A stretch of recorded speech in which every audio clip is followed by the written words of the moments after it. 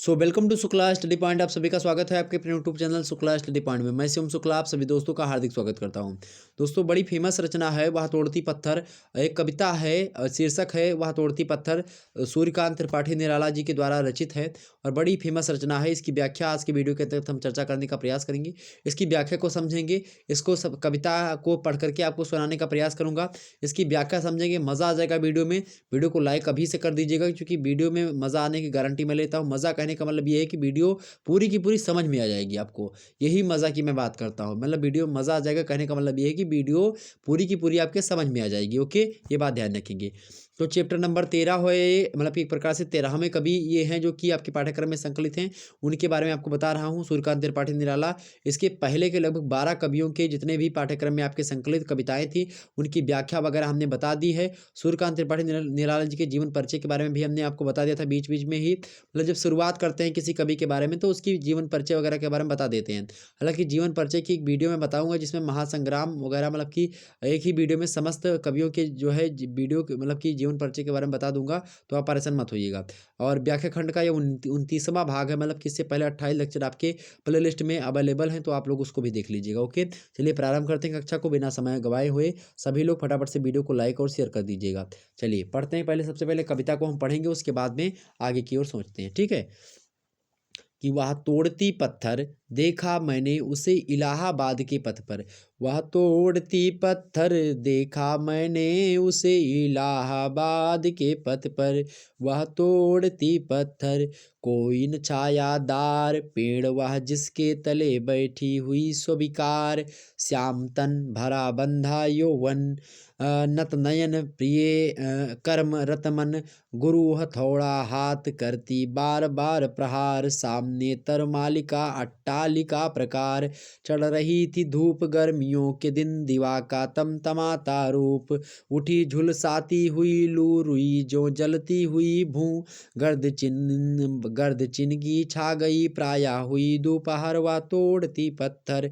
देखते देखा मुझे तो एक बार उस भवन की ओर देखा छिन्न तार। देख कर कोई नहीं देखा मुझे उस दृष्टि से जो मार खा रोई नहीं। सजा सहज सितार सुनी मैंने वह नहीं थी जो थी सुनी झनकार। एक क्षण के बाद वह कांपी सुघर ढुलक माथे से गिरे सीकर। लीन होते कर्म में फिर ज्यों कहाँ मैं तोड़ती पत्थर। इस प्रकार से ये कविता थी जो हमने आपके सामने कह सुनाई।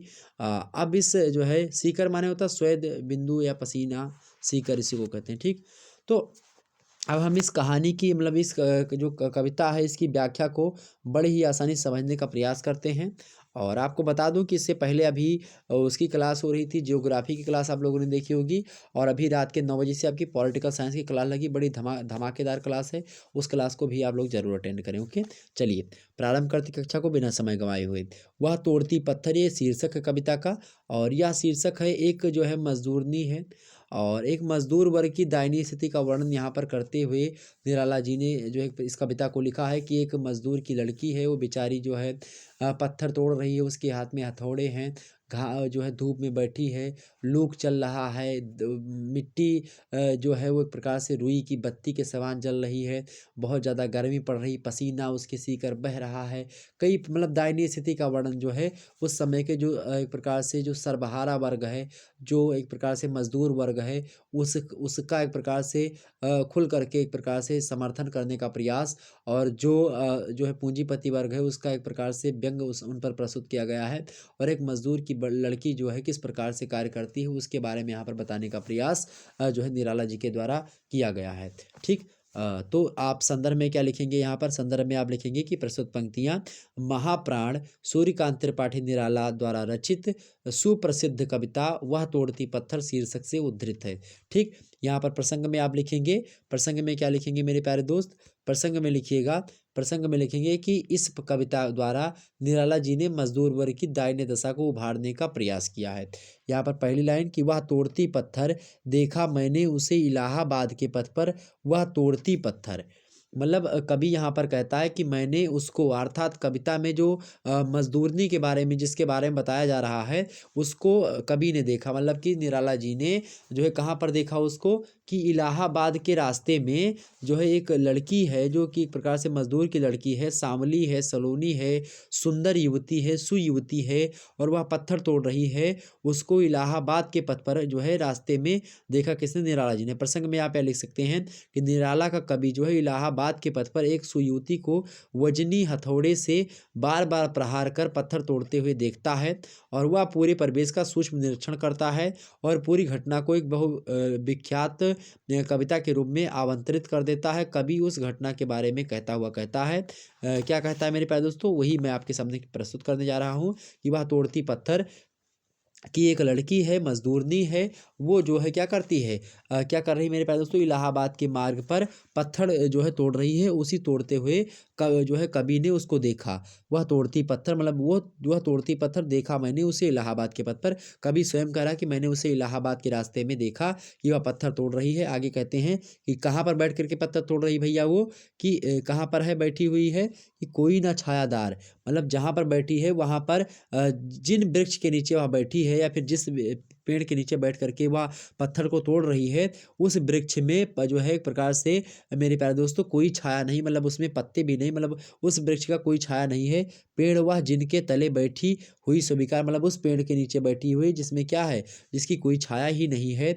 श्याम तन भरा बंधा यौवन, और बात की जाए किंतु जो है व्यवस्था के कारण से उसको उसी वृक्ष के नीचे बैठ करके पत्थर तोड़ना स्वीकार करना पड़ता है। इस प्रकार से बताया गया है। उसके शरीर का रंग कैसा है? श्याम तन। श्याम तन माने होता है शरीर, श्याम माने होता है एक प्रकार श्यामला। श्यामला माने एक प्रकार से काला, थोड़ा सा श्यामला उसका जो है कलर है, मतलब रंग है। और जो है पूर्ण रूप से वह युवा अवस्था को प्राप्त है, अर्थात जवानी के अपने एक प्रकार से चरम स्तर पर है। मतलब कहने का मतलब ये है कि वो यौवन, बंधा यौवन, बंधा यौवन कहने का मतलब ये है कि जवानी से युक्त है, अर्थात उसमें यौवन के सर्वगुण संपन्न है। इस प्रकार से है एक जो है सुंदर लड़की जो कि युवा अवस्था को प्राप्त है, वह ऐसे वृक्ष के नीचे बैठी हुई है, और जो कि किस वृक्ष के नीचे? जिसमें कोई छाया नहीं है। और वह क्या कर रही है? हथौड़ी उसके हाथ में है, वह पत्थर जो है तोड़ रही है। ठीक, जो है पत्थर तोड़ रही है, और इसको जो है इलाहाबाद के रास्ते के समीप जो है किसने देखा है? जो है कवि निराला ने देखा है। और ये मजदूर वर्ग के बारे में जो है एक प्रकार से उनकी दयनीय स्थिति का वर्णन करते हुए कहते हैं कि एक जो है भरी बंधी जो है यौवनावस्था की जो लड़की है, वो हथौड़े से क्या कर रही? पत्थर को तोड़ रही है, और उसको इलाहाबाद के पथ पर मैंने देखा। आगे कहते हैं कि नत नयन, नत माने होता है नीचे, नयन माने होता है आँख, आँखों को नीचे हुए, मतलब उसकी पलकें जो हैं वो झुकी हुई हैं, और वो पलकें मतलब आँखों को नीचे झुकाए हुए हथौड़े से जो है उस पत्थर पर प्रहार कर रही है। प्रिय कर्म रत मन, गुरु हथौड़ा हाथ। गुरु हथौड़ा हाथ मतलब उसके हाथ में क्या है? उसके हाथ में मेरे प्यारे दोस्तों हथौड़ा है। वह क्या है? वह नीचे की ओर अपनी आंखें झुका करके पत्थर तोड़ने के लिए अपने प्रिय कर्म में क्या होती है? संलग्न होती है। प्रिय कर्म माने होता है उसका जो प्रिय कर्म है। प्रिय कर्म कहने का मतलब यहाँ पर ये है कि भाई ये प्रिय कर्म है ही, अब वही उसकी मजबूरी है कि वो कार्य कर रही है, तो इसीलिए भाई मजदूर है और मजदूरी कर रही है, तो उसका प्रिय कर्म मतलब वो अपने कार्य को बड़े ही अच्छे ढंग से करती है, इसीलिए यहाँ पर प्रिय कर्म लिखा गया है। रत मतलब पूरे मन से उस कार्य को कर रही है, प्रिय कर्म में संलग्न है, मतलब कि अपने पूरे के पूरे मन से जो है वह अपनी आंखों को झुकाए हुए पत्थर तोड़ने के कार्य में लगी हुई है। उसके हाथ में क्या है? गुरु हथौड़ा हाथ, मतलब उसके हाथ में एक भारी हथौड़ा। गुरु हथौड़ा मतलब भारी, गुरु माने बड़ा, लघु गुरु शब्द होता है ना, तो यहाँ पर गुरु कहने का मतलब ये है कि बड़ा हथौड़ा है उसके हाथ में। ठीक है, गुरु माने क्या होता है? बड़ा, तो उसके हाथ में क्या है? बड़ा हथौड़ा है, अर्थात गुरु हथौड़ा हाथ। उसके हाथ में क्या है भाई? बड़ा हथौड़ा है, गुरु हथौड़ा हाथ। ठीक, और करती बार बार प्रहार, वो बार बार क्या कर रही है मेरे प्यारे दोस्तों? उस भारी हथौड़े से, जिससे वह पत्थरों को बार बार से जो है चोटें मार रही है। यहाँ पर क्या गया मतलब कि उस हथौड़े से, जो कि बड़ा हथौड़ा है, उससे लगातार क्या करे? करती बार बार प्रहार, सामने तरमालिका अट्टालिका प्रकार, मतलब कि वह लगातार क्या कर रही है? उसके हाथ में जो भारी हथौड़ा है, उस भारी हथौड़े से बार बार पत्थरों को मतलब चोट मार रही है, मतलब कि पत्थरों को फोड़ने का प्रयास कर रही है।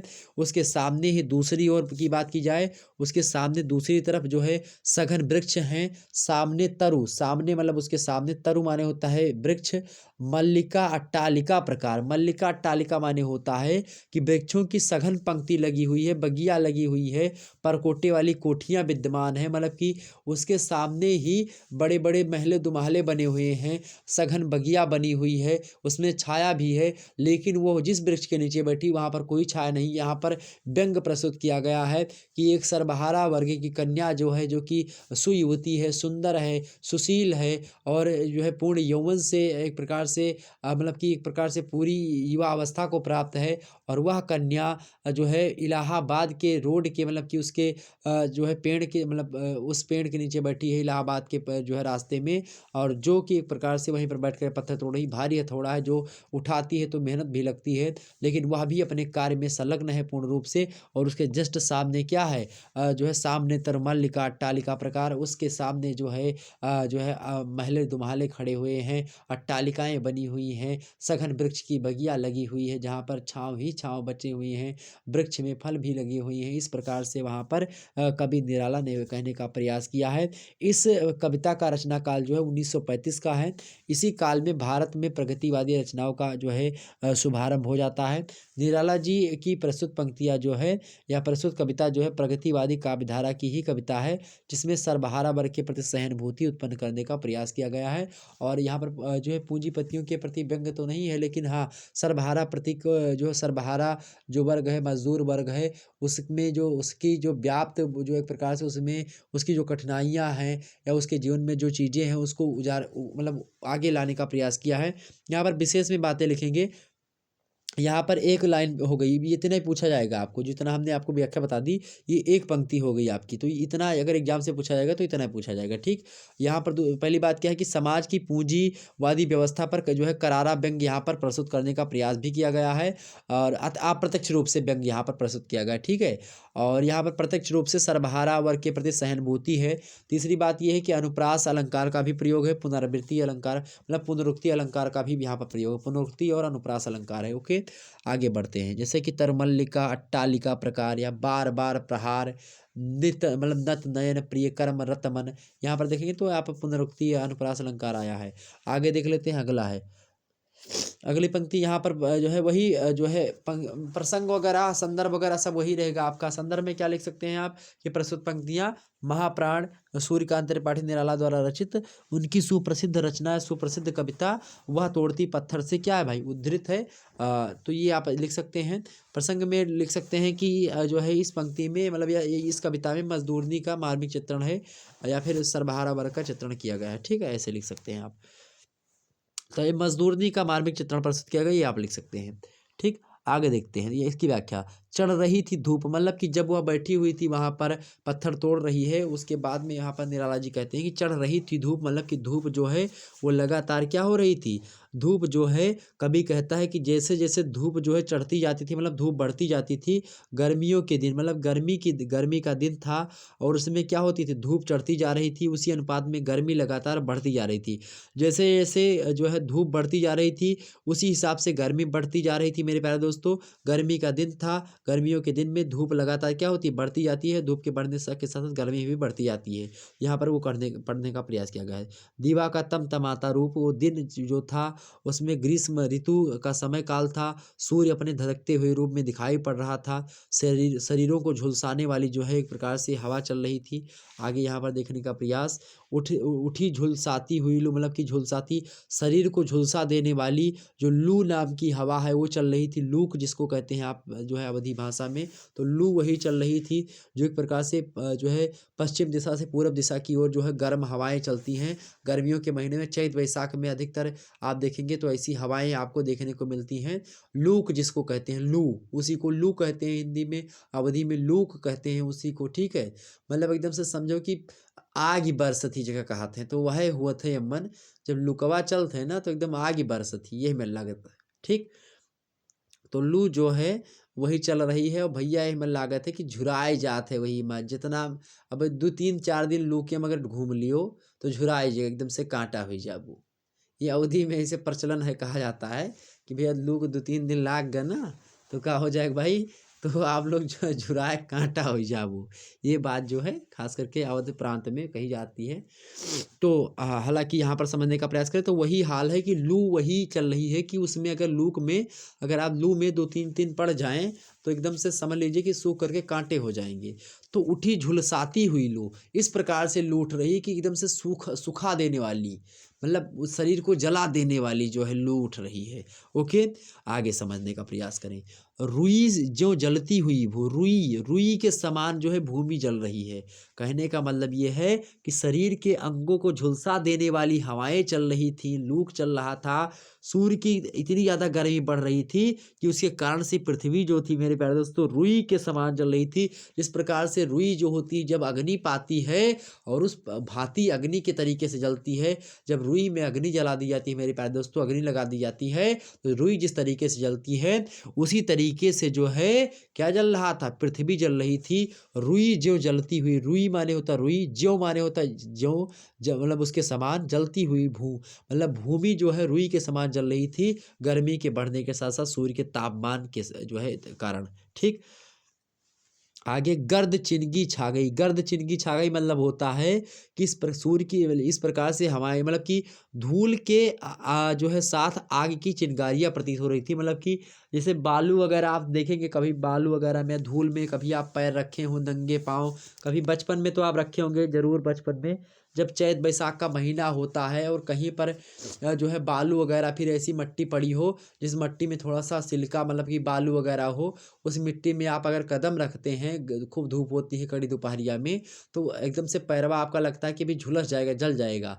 ऐसा लगता है कि जो है माटी में चिनगी चमक रही, मतलब कि मिट्टी में जो है चिनगारी लग गई हो, मतलब एक प्रकार से आग सा प्रतीत हो रही है मिट्टी। तो गर्द चिनगी छा गई, गर्द माने होता है माटी, कहते हैं गर्द, गर्द मिलवई दसीसा, मर्द मतलब मसल करके मिट्टी में मिला देना, उसी को मर्द गर्द मिलवई दसीसा।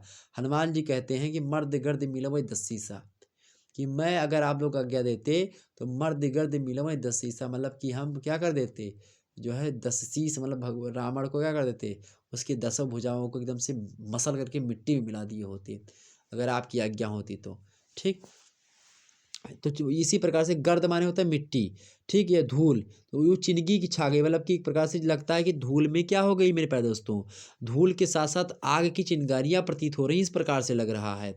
आगे प्रायः हुई दोपहर, मतलब कि उस दोपहर के समय में दोपहर हो चुकी है और वह पत्थरों को तोड़ तोड़ करके क्या कर रही है, गिट्टियां बना रही है, पत्थरों को तोड़ करके क्या कर रही है मेरे प्यारे दोस्तों, वह तोड़ती पत्थर, वह दोपहर हो चुका है और चैत बैसाख का महीना है, लगातार गर्मी तप रही है, भूमि जो है एक प्रकार से रुई के समान जल रही है, लू कैसी चलती है जो कि शरीर को झुलसा देने वाली है मेरे प्यारे दोस्तों, और दोपहर का समय है और एक प्रकार से जो गर्द है, मिट्टी जो है वो लग रहा हो चिनगारी के समान जो है प्रतीत हो रही है, चमक रही है, चिनगारी के समान जल रही है, और वह दोपहर का समय हो चुका है। लेकिन वह जो मजदूर की लड़की है, मजदूरनी जो है, वह जो है सुयुवती है, सुंदर है, खूब अच्छी है, जो है काले मतलब सांवले कलर के, सांवला कलर उसका इसीलिए होगा क्योंकि वो घामों में लगातार काम करती है, उसके कारण से जो अगर गोरी भी पैदा हुई है तो वो काली हो जाती है गरीब घर की बच्ची, क्योंकि उसको उतना ज़्यादा जो है वो सब सुविधा नहीं मिल पाती है कि हाँ वो अच्छे अपने आप को दिखाने का प्रयोग कर सके,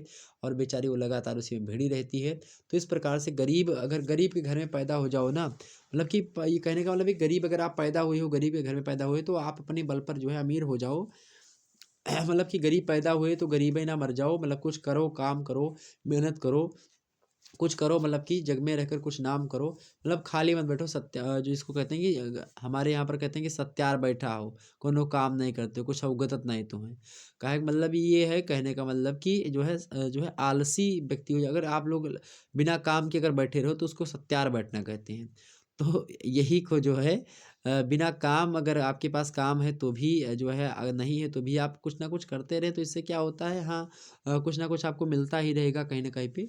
तो कुछ ना कुछ करते रहो जिससे कुछ इनकम वगैरह होती रहे, या फिर कुछ भी चीज़ हो तो आप लोग भी ऐसा करने का प्रयास करें ताकि आपके जो माता पिता का प्रेशर भी हो कम हो सके, तो इस पर भी आप लोग ध्यान देने का प्रयास करेंगे। तो यहाँ पर देखेंगे तो ये दोपहर हो चुकी है, इस प्रकार से पूरी हमने जो है कथा यहाँ पर सुनाई आपको।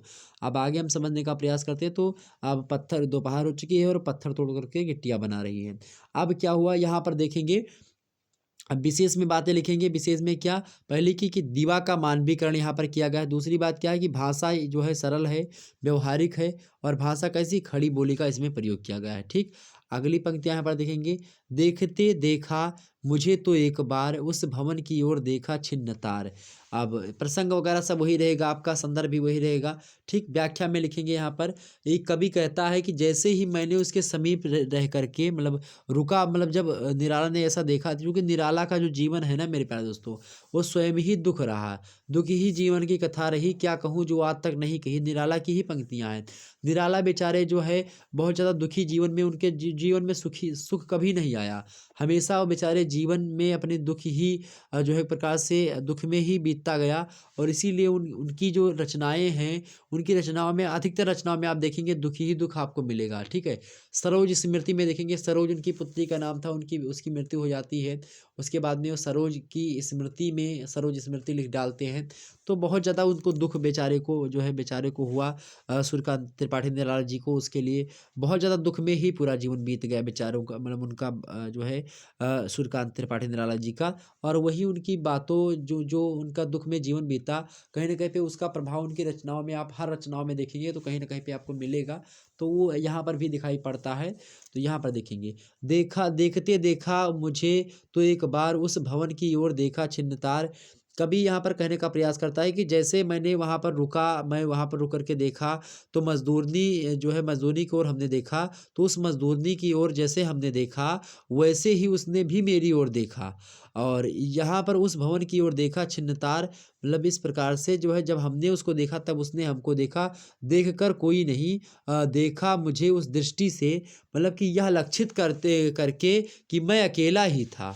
उसने क्या किया, अपने जो है तार तार होकर के कटे, जो फटे कपड़े थे उन सभी को क्या कर लिया, दृष्टिपात किया। और वह जो है मेरी और उस व्यक्ति की तरह देखने लगी, जिसकी कोई ऐसा व्यक्ति, मतलब कि जिसकी कोई ऐसा व्यक्ति मारता है और जो पीटने वाले को रोने भी नहीं देता है। मतलब कि उस प्रकार से देख रही थी कि मानो मुझे कोई मतलब उस कन्या को कोई मारने जा रहा हो। इस प्रकार से उसे लगा कि देखकर कोई नहीं देखा मुझे उस दृष्टि से, जो मार खा रोई नहीं, सजा सहज सितार, सुनी मैंने वह नहीं जो मतलब कि जो थी सुनी झनकार। मतलब वो इस प्रकार से बेचारी जो है सूर्यकांत त्रिपाठी निराला जी कह रहे हैं कि उस दृष्टिपात द्वारा ही उसने मुझको देखा, मुझको अपनी दैन्य अवस्था की पूरी करुण गाथा उसी प्रकार सुना दी, जिस प्रकार कोई सितार पर सहज भाव से उंगलियां चला करके एक अनोखी झनकार उत्पन्न कर देता है। उसने मेरे हृदय की तंत्रियों को झंकृत कर दिया। उस मतलब एक क्षण तक मेरी ओर देखने के पश्चात उस युवती, मतलब वह युवती कांप करके, मतलब कांप उठी और उसके मस्तक से पसीने की बूंदें जो थी वह छूटने लगी। मेरे प्यारे दोस्तों, यहाँ पर देखेंगे, सजा सहे सितार, सुनी मैंने वह नहीं जो थी सुनी झनकार। वो एक प्रकार से जो है उसके मस्तक से पसीने की बूंदें जो है वो छड़कने लगी। और इस प्रकार से उसने क्या किया मेरे प्यारे दोस्तों,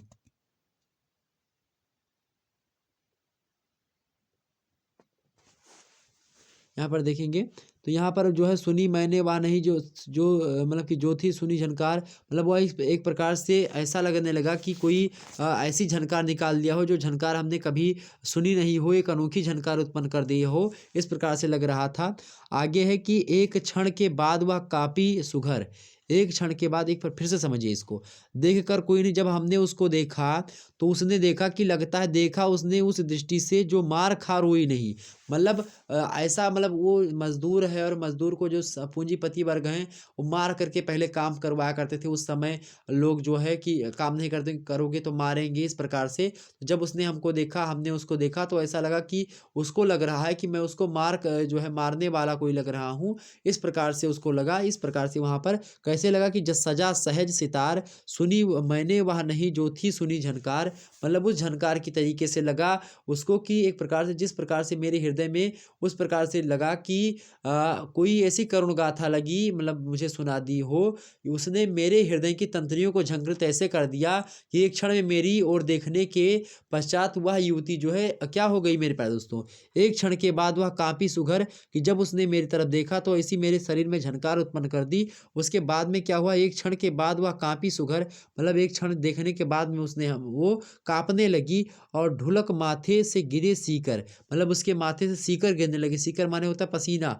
उसके माथे से क्या होने लगे, ढुलक माने ढलकने लगे, माथे से माने माथ से, गिरे माने होता है गिर करके, मतलब क्या, सीकर माने पसीना, उसके माथों से पसीना गिरने लगे। लीन होते कर्म में फिर ज्यों कहा मैं तोड़ती पत्थर। वो बेचारी जो है वो सोची कि जो है ये जो सूर्यकांत त्रिपाठी निराला जी जो आए हैं, रुके हैं, वो उसे मारने वाले हैं, फिर कोई जो है मालिक आ गया है, ऐसा उसको लगा। वो मजदूरनी बेचारी जो है उसके माथे से पसीना छूट गया, वो देखने लगी और इस हीन भावना से देख रही है मानो कि वो कोई मारने वाला है, फिर एक प्रकार से हीन प्राणी कोई आ गया हो, ठीक उस प्रकार से लग रहा है। तो वह देखते ही जो है काँपने लगी और जो है काँप उठी और उसके माथे से क्या हुआ, पसीने की बूंदें जो है मतलब कि जो है चूने लगी, मतलब धड़कने लगी। उसके बाद में क्या हुआ, वह पत्थर तोड़ने के कार्य में लीन हो गई, पत्थर तोड़ने लगी और बोली कि जो है मैं तोड़ती पत्थर, लीन होते कर्म में फिर ज्यों कहा, मतलब कि जब काम करने लगी, पत्थर तोड़ने लगी, दिखने के बाद में फिर पत्थर तोड़ने के साथ साथ उसने क्या कहा कि मैं तोड़ती पत्थर, कि साहब मैं पत्थर तोड़ रही हूँ। क्या कही, मैं तोड़ती पत्थर, मैं तोड़ती पत्थर। उसका यह सूक्त जो है स्वर उस वातावरण में गूंजने लगा जिस प्रकार से सितार का वातावरण में, मतलब कि एक प्रकार से वह झनकार जो होती है, जो कभी हमने झनकार नहीं सुनी होती है, वह झनकार जिस प्रकार से गूंजती है। एक बैग जो सितार जो है एक प्रकार से पता नहीं कितने तंत्री नादों को मिलाने के बाद में बजाता है, तो उसके हिसाब से जिस प्रकार से वह नाद निकलता है, उसी प्रकार से क्या निकला, वो नाद निकला, वही मेरे प्यारे दोस्तों। और वह नाद था आपका क्या, मैं तोड़ती पत्थर। वो जो है जो कन्या थी, जो मजदूरनी थी, उसने कहा कि मैं तोड़ती पत्थर, कि मतलब जैसे कि जब मालिक पहुंचता है, जब कोई मजदूर कार्य कर रहा होता है, अगर जो मजदूर होता है बेचारा वो डर जाता है कि हाँ, अगर मालिक कहेंगे कि हाँ काम कम किया या फिर और भी चीज़ें हो सकती हैं कोई, तो इसे डांट ना दें या फिर मारे ना। पहले क्या होता था, मारते थे लोग बहुत ज़्यादा। जो है उस समय की स्थिति, जब जब ये रचना लिखी गई थी, तब उस समय बड़ी ही दयनीय स्थिति थी। उस समय की ये रचना है, तब निराला जी ने इस रचना को लिखा था। एक मजदूर वर्ग का जो एक प्रकार से प्राणी है, उसकी जो है एक प्रकार दयनीय स्थिति का वर्णन यहाँ पर करने का प्रयास जो है सूर्यकांत त्रिपाठी निराला जी के द्वारा किया गया है। और यही बड़ी मार्मिक पंक्तियाँ थी जो हमने आपके सामने रखी। जो है अब इसकी विशेष में लिखेंगे कि श्रमिक सर्वहारा वर्ग के प्रति कवि की सच्ची सहानुभूति यहाँ पर साकार हो पा जाती है। और दूसरी बात ये है कि इसमें उपमा अलंकार का भी प्रयोग किया गया है और रूपक अलंकारों का भी प्रयोग किया गया है। दोनों की छटा यहाँ पर दर्शनीय है, दिखाई पड़ती है। ठीक, तो यहाँ पर चीज़ें क्लियर हो गई आपकी। तो जो है कविता आपको पूरी समझ में आ गई है कि एक जो है लड़की है, वो लड़की बैठी हुई है और पत्थर तोड़ रही है। एक पेड़ के नीचे बैठी, जिस पेड़ में पत्ते भी नहीं हैं, मतलब उस पेड़ में एक पेड़ की कोई छाया नहीं है, लेकिन उसके सामने ही जो है कोठी अटाले महले दुमाले बने हुए हैं, उसमें खूब छाया है, उसमें बाग भी लगी है, मतलब उसमें पेड़ भी है, छायादार पेड़ भी हैं। लेकिन वह उस पेड़ के नीचे बैठी है, दोपहरिया कड़ी दोपहरिया है, वहाँ पर जो है भूमि में मानो आग लग गई हो, जो मिट्टी है वो चिंगारियों के समान प्रतीत होती है। इसी प्रकार से क्या हो रहा, तमाम प्रकार की चीज़ें हैं। वो सुंदर युवती जो एक प्रकार से अपनी युवावस्था को प्राप्त है, और लेकिन वो जो है क्या कर रही है, वहाँ पर पत्थर तोड़ रही है। भारी हथौड़ा है, लघु हथौड़ा है, उस मतलब कि गुरु हथौड़ा है, उससे बार बार पत्थर पर प्रहार कर रही है और पत्थर को गिट्टी बनाने का कार्य कर रही है। उसी को इलाहाबाद के जो है रास्ते के समीप जो है बैठी हुई है, उसी को जो है देखते हैं कौन, सूर्यकांत त्रिपाठी निराला जी। और वहाँ पर जब रुकते हैं तो रुकते हैं, तब वो लड़की इनको देखती है और ये उनको भी देखते हैं। और देखने के बाद में उस लड़की को ऐसा लगता है कि ये जो है कोई मालिक है आ गया है, और उस देखने के बाद में वो उसको लगता है लड़की को कि जो है ये ऐसा है कि कोई मारने वाला प्राणी आ रहा है, जो कि मुझे जो है मारेगा भी, और उसके बाद में जो है काम करवाने के लिए और कहेगा कि काम जल्दी जल्दी करो, इस प्रकार से कहेगा। इस दृष्टि से वह सूर्यकांत त्रिपाठी निराला जी को देखती है, और यही पर एक प्रकार से चीज़ें होती हैं। और निराला जी इसी को सोचते हुए कहते हैं कि वो बातें मुझे ऐसी लगी कि मानो कोई ऐसा यंत्र बज रहा हो कि जिसका स्वर हमने कभी इससे पहले नहीं सुना था, इस प्रकार से मुझे लगा। और उसके बाद में क्या कहती है, वो जो है लड़की जो है उसके माथे से पसीना आ जाता है, वो डर जाती है, काँप उठती है। काँपने के बाद में कहती है, मतलब तुरंत फिर उसके बाद में काम में अपने जुट जाती है, पत्थर तोड़ना प्रारंभ कर देती है। पत्थर तोड़ने के प्रारंभ करते हुए वो कहती है कि साहब मैं तो पत्थर तोड़ रही हूँ, मैं तोड़ती पत्थर, मैं तोड़ती पत्थर, इस प्रकार से कहती है। इस प्रकार से कहानी पूरी की पूरी कविता जो थी उसको हमने एक कहानी के माध्यम से आपको समझा दिया। बोलो इतनी चीज़ समझ में आई तो पूरी की पूरी कहानी मतलब कविता आपके समझ में आ गई। अब मेरे प्यारे दोस्तों, अब एग्जाम से कोई भी प्रश्न अगर इस कविता से पूछा जाएगा, इस प्रश्न कविता से कोई भी प्रश्न पूछा जाएगा, आप मेरे प्यारे दोस्तों अगर आप लोगों ने इस वीडियो को मन लगा करके देखा है, इस सेशन को मन लगा करके अटेंड किया है, दुनिया का कोई माई का लाल पैदा नहीं हुआ है जो आपको नंबर देने से कतरा जाएगा। अगर नंबर देने से कोई व्यक्ति कतरा जाता है मेरे प्यारे दोस्तों, तो उसकी गलती है, क्योंकि वो उतना समझ नहीं पा रहा है जितना आप लोगों ने पढ़ लिया है। तो ये बात आप ध्यान रखिएगा, बड़े ही आसानी से सारी चीज़ों को आप लोगों ने समझ लिया। तो अब मुझे नहीं लगता कि आप लोगों को जो है निराला जी से जो है रिलेटेड 3 पंक्तियाँ थी, 3 कविताएँ थी। जो है तुलसीदास कविता की व्याख्या हो गई आपकी, और जो है वर्दे बीरा वार्दिनी वर्दे की हो गई, और ये वह तोड़ती पत्थर कविता की हो गई। अब नेक्स्ट वीडियो जो होगी, अगली कल की वीडियो जो होगी, वह वीडियो मेरे प्यारे दोस्तों किसकी होगी, वह वीडियो जो होगी आपकी, वो लाऊंगा मेरे प्यारे दोस्तों, आपकी किसकी होगी वह वीडियो, वो होगी आपकी अगले कवि आपके कौन है, अगले कवि आपके हैं मेरे प्यारे दोस्तों जो है सुमित्रा नंदन पंत जी। सुमित्रा नंदन पंत जी का मौन निमंत्रण जो है वो आपके पाठ्यक्रम में संकलित है। मौन निमंत्रण की व्याख्या देखेंगे, उसके बाद में प्रथम रश्मि की व्याख्या देखेंगे, उसके बाद में यह धरती कितना देती है, ये 3 कविताएं इनकी संकलित हैं। इन तीनों कविताओं की व्याख्या मैं एक वीडियो के अंतर्गत देखूंगा। तो 3 वीडियो में सुमित्रा नंदन पंत जी को की कविताओं की व्याख्या को समझने का प्रयास करेंगे हम लोग। तो आप लोग परेशान मत होइएगा, इसी प्रकार से हम लोग देखते रहेंगे। अभी रात के 9 बजे से आपकी क्लास प्रारंभ होगी, किसकी, पॉलिटिकल साइंस की, बी प्रथम सेमेस्टर की।